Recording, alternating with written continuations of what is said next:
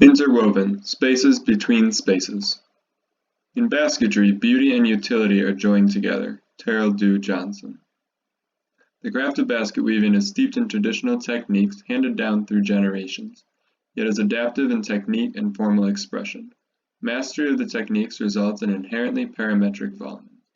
As the craft becomes less and less prevalent, an architectural application provides opportunity for basketry. In particular, basket weaving is composed of 4 different predominant weaving techniques. Most predominant is coil weaving, then plaiting, followed by twining, and finally wicker woven baskets. Each of the 4 weaves follows a set of repetitive steps, continually adding material to build the basket's volumes. In the following experiments, I began to test the formal possibilities of the weaves in both analog and digital. By applying the weaves across frames and weaving both axially and non-planar, formal variants began to arise, allowing for more volumetric possibilities. Coil weaving builds off itself, unreliant on a rigid frame to create space within the space. By weaving back on top of itself, the structure can descend or ascend from a plane perpendicular to its structural origin. By weaving the warp and the weft from 2 different non-planar sources, the weave creates a contorted surface from which space is derived. The twined weave is naturally dependent on both the warp and the weft to achieve length or height. In the experiment, this action is stretched between 3 points and a central axis to achieve space. The wicker weave works between large structural members, creating more dense and structural weaves on the whole. These experiments resulted in an understanding of the formulaic possibilities of the 4 different weave types when manipulated in a series of different ways. When expressed in combination at an architectural scale across an existing structure, the weaves create a dynamic architectural space. As one transitions through the space, each weave expresses a different spatial experience, in one way building off itself as well as the existing structure. In dense existing urban centers across the world, these weaving techniques create an exciting opportunity to interact with existing architecture and stitch together an architecture in voids and non-spaces, creating new expressive ambiguity adapted to the rigidity of existing building stock, all while avoiding mass demolition and construction issues, thus leading to a sustainable intervention and thereby weaving together different layers of the urban context into a cohesive architectural moment. Barcelona's historic Roman founding and constant city evolution continuing through today has resulted in a varied and layered urban grid perfect for an intervention. Located just up the coast from the city center is Barcelona's Poblenou neighborhood. It is one of these layered areas. It is subject to the rigid Cerdo block, which has been layered on top of an offset grid from a prior living-working community. Known as the Trullas district, it became one of the first residential areas in Poblenou.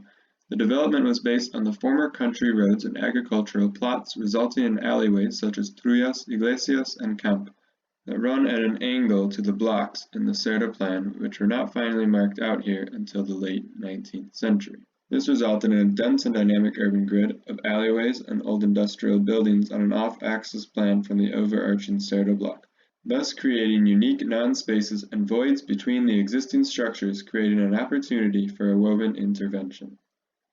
The neighborhood is up and coming due to an influx of young, innovative universities, design studios, co-working spaces, and startups settling in the newly deemed tech hub of Barcelona.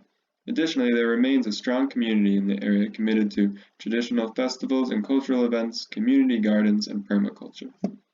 With a dynamic community and rapid development, the neighborhood, however, is devoid of a central market, a staple of Barcelona neighborhoods to foster local communities. The green spaces across the map denote the neighborhood markets across the city and their areas of influence. Marked in red here is the center of Poblenou, devoid of the market.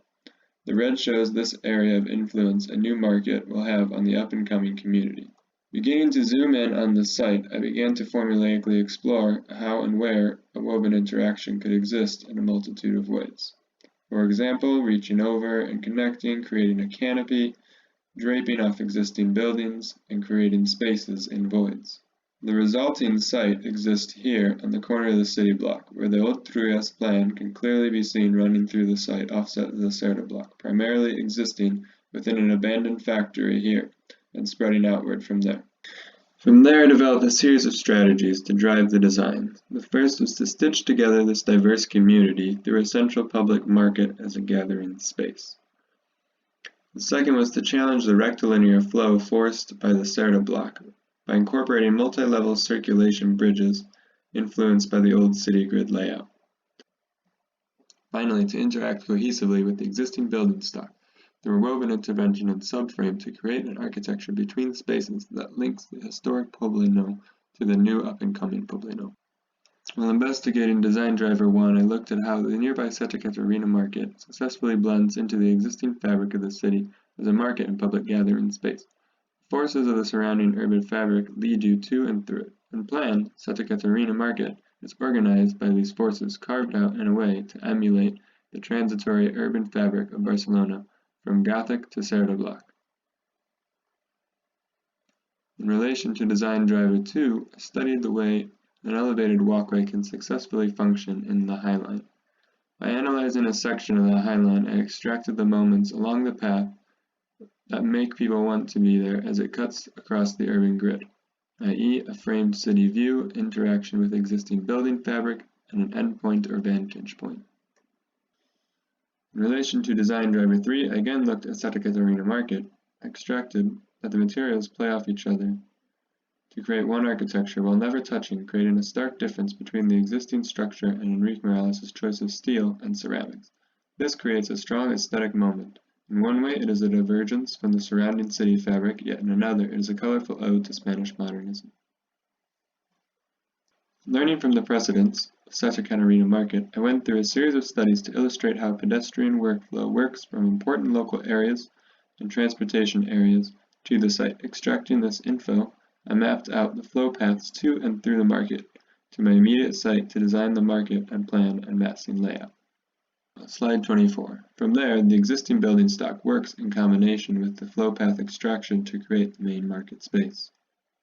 From there, a series of moves in response to the site and existing structure results in a transitory market space of organically shaped market stalls and a rigid set of central stalls.